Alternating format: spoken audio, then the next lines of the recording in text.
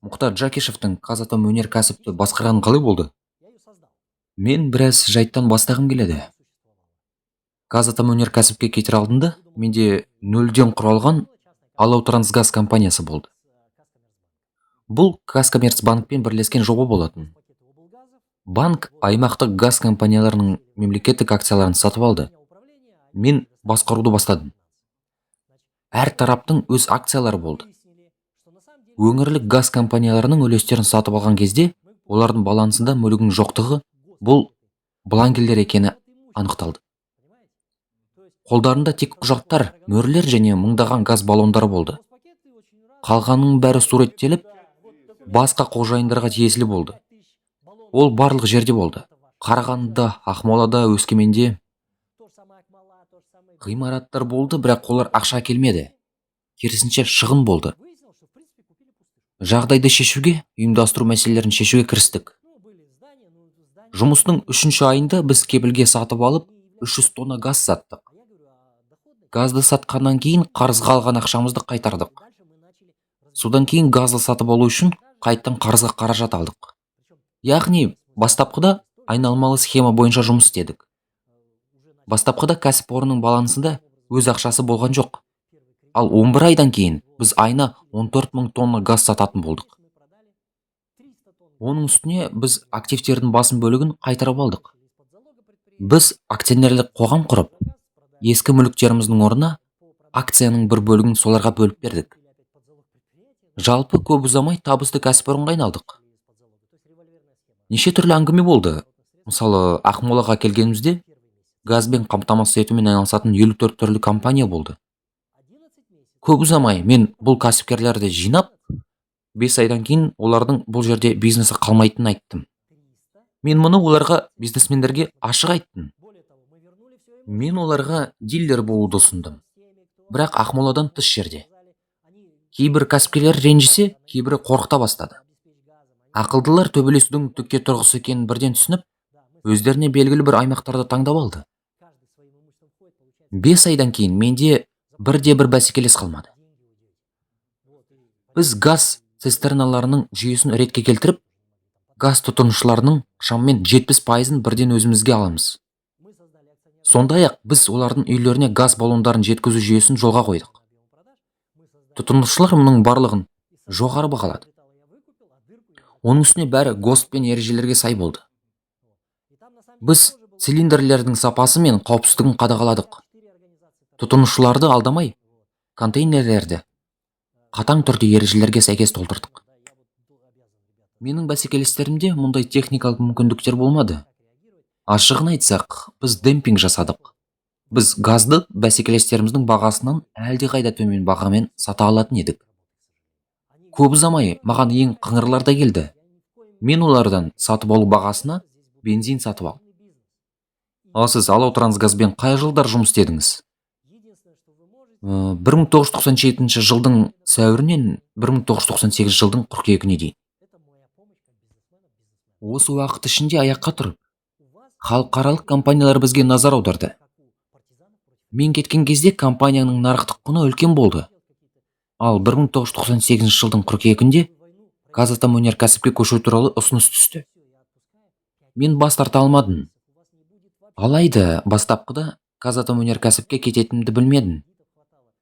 Оған дейін 3 рет үкіметке, кеденге, мемлекеттік мүлік комитетіне және бір мұнай компаниясына депутаттық қызметке ұсынылды. Бірақ басшылыққа үйренгендіктен қабылдамады. Мен бұрынғы 2 лауазымнан бас тарттым. Өйткені мен шенеунік емеспін. Мен мұның бәрін түсінбедім. Мен бизнесменмін. Көп ұзамай, ол кезде энергетика, индустрия және сауда министрі болған Мұхтар Әблязов орынбасары болуға шақырды. Мен оған көшуге дайынмын ба деп сұрады. Мен келістім, арыз жаздым. Ал объективкам ұлттық қауіпсіздік комитетіне тексеруге кетті. Біраз уақыт өтті. Бір күні түскі ас ішіп жатырмын, сосын жаныма Нұржан Субханбердин келіп, Қазатом өнеркәсіпке басшы болып тағайындалдым дейді. Мен таң қалдым, өйткені әңгіме министрдің орынбасарының қызметі туралы болды. Не болған білмек болып, Әблязовке телефон соқтым. Оның айтуынша бәрі жақсы болады. Ертең премьер-министр Нұрлан Балғымбаевқа барамыз. Келесі күні Нұрлан Өтепұлына қонаққа барамыз. Ол мені қызметке тағайындалуыммен құттықтап, министрдің орынбасары қызметіне тағайындалғаным туралы жарлық ұсынады. Мен тағы да түсіндіремін. Мен қайда тағайындалдым? Ол бұйрықты мұқият оқып шығып, өзіне ұнайтын бірнеше күшті сөздер айтты. Көп ұзамай менің Қазатомөнеркәсіпке президент болып тағайындалғаным туралы жаңа жарлық факспен келді. Премьер-министр мені тағы да құттықтап, Қазатомөнеркәсіпке барып, қызметкерлерге таныстыруды тапсырды да, ұлттық компаниялардың басшыларымен кездесуге тез оралды. Жасадық, қайтып бара жатырмыз. Жолда Әблязовтен білейін деп едім.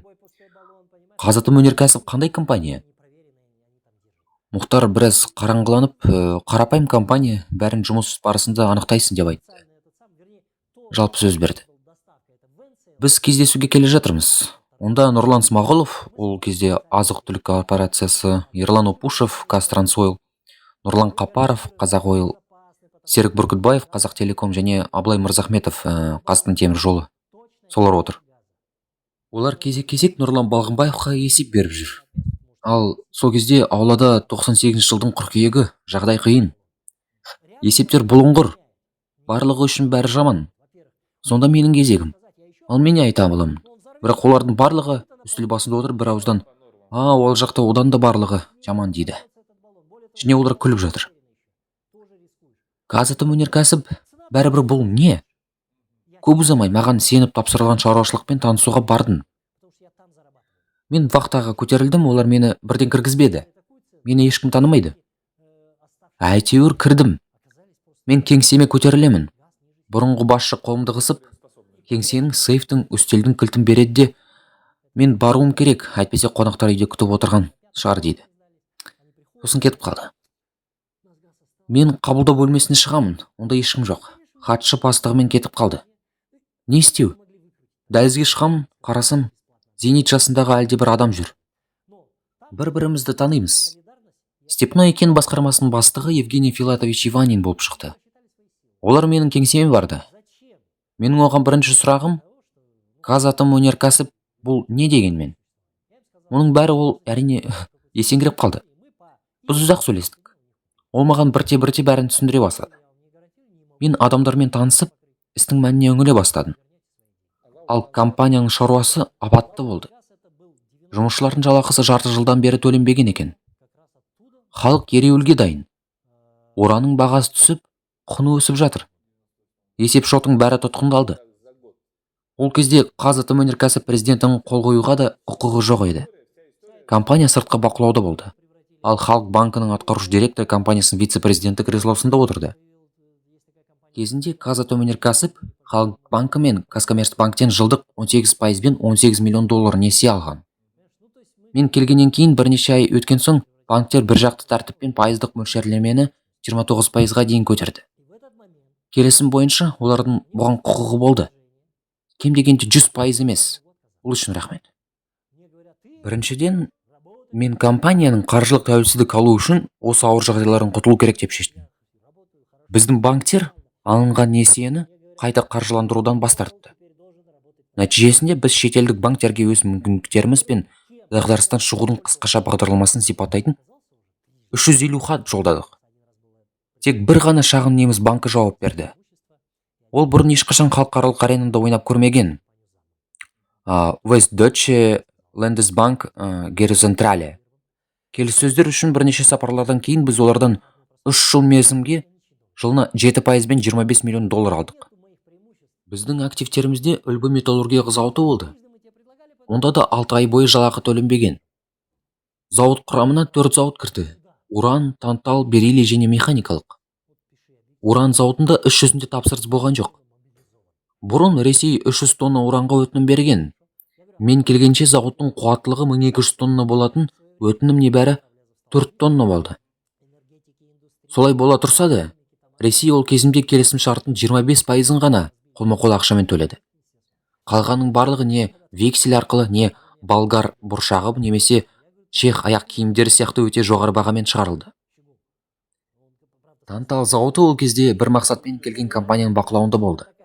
Мемлекеттік шикізат қорындағы дайын танталдың барлығын алу. Барлық қорларды алып, олар зауытты 6 айлық жалақы берешегімен қалдырып, іс жүзінде жоғалып кетті. Бериллий өндірісі 1992 жылы апаттан кейін тоқтатылды. Онда тек кеңестік кезеңнен сақталған бериллий құймаларының қоймасы ғана жұмыс істеді. Ал мына қоймадан бұл құймалар баяу сатылды. Механикалық зауыт та іс жүзінде жұмыс істемеді. Расында, Казатомөнеркәсіп күйреу алдында тұрған еді.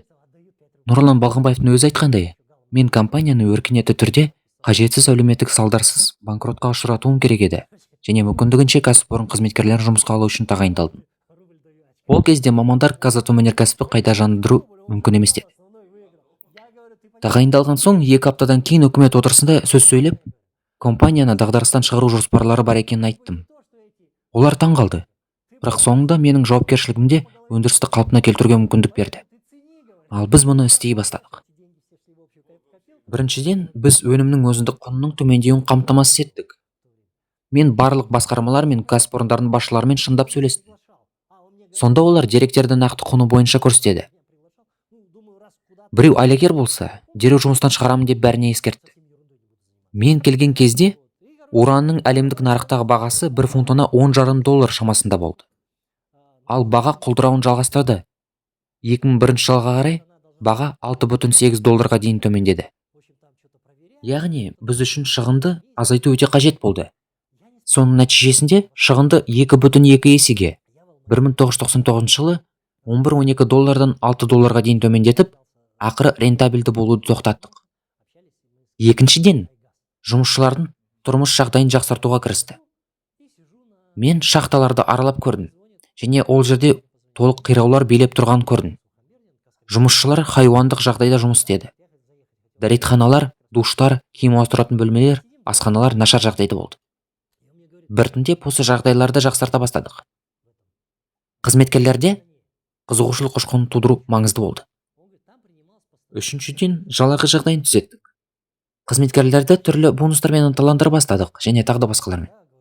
Адамдар өздерінің жұмыс орнын бағалай бастады, және жақсырақ жұмыс жасай бастады. Ақырында бізде күрделі кадр мәселесі болды. КСРО ыдыраған 6-7 жылдың ішінде қыруар мамандар тарап кетті. Сізге не туралы айтып жатқаным туралы түсінік беру үшін сізге мысал келтірейін. Әдеттегі Тау-кен басқармасында 120 инженер жұмыс істеу керек еді. 1998 жылға қарай мұнда әрбір кәсіпорында 1-2 маман ғана қалыпты. Ал олардың көпшілігі зейнет жасындағылар. Мұндай жағдайда жұмыс істеу іс жүзінде мүмкін емес екені кімге болса да түсінікті болды. Уран өндіру ол кірпіш қалау емес. Оның үстіне 1-2 жыл өтеді, ал еліміздегі бүкіл сала жай ғана бір орында тік тұрады. Тұрақты тәжірибе жағдайында да бір жақсы маманды қалыптастыру үшін 10 жыл қажет. Нәтижесінде біз ең тәжірибелі, ең үздік инженерлердің ең маңызды жұмыстарымен айналысатын өзіндік ұшатын команданың діңгектерін жинадық. Оларға көмектесу үшін тәжірибені өз бойына сіңірген жас инженерлерді кешегі түлектерді тарттық. Тек тәжірибе жүзінде ғана емес. Рудник компьютерлік бағдарламасының көмегімен біз әзірледік. Онда біз барлық деректерді енгіздік. Аумаққа барлауды қалай жүргізу керек, жер бетін қалай ашу керек, қандай тереңдікке дейін және тағы басқалар. Мұның бәрі белгілі бір нюанстарды, әртүрлі айнымалыларды, алгоритмдерді ескере отырып жасалды. Біздің салада үлгі ұстануға болмайды. 1-2 жылдан кейін біз бағдарламаны іс жүзінде сынап көруді шешкенде, тәжірибелі инженерлеріміз бұлай жұмыс істемейді, бұл дұрыс емес, бірақ бұл жерде бұл қажет деді. Бағдарламаға барлық нюанстар енгізілмеген болып шықты. Сондықтан шахта бағдарламасы үнемі жетілдіріліп отырды. Онда көбірек жаңа деректер енгізілді. Нәтижесінде бұл бағдарламаны түпкілікті пысықтап, тәжірибе жүзінде сынап көргенімізде, тәжірибелі маманның қолынан келетініне жақын нәтиже беретіні белгілі болды. Бұл жолы 1998 және 2003 жылдар аралығында мен тәжірибесіз инженерлер дәуірі деп атадым. Осы уақыт ішінде біздің жастарымыз білім алды. Содан кейін жас инженерлердің өздері қазіргі бағдарламаға біраз өзгерістер енгізетін, жаңа қырларын қосатын кез келді. Бұл 2006-2007 жылдар шамасында болды.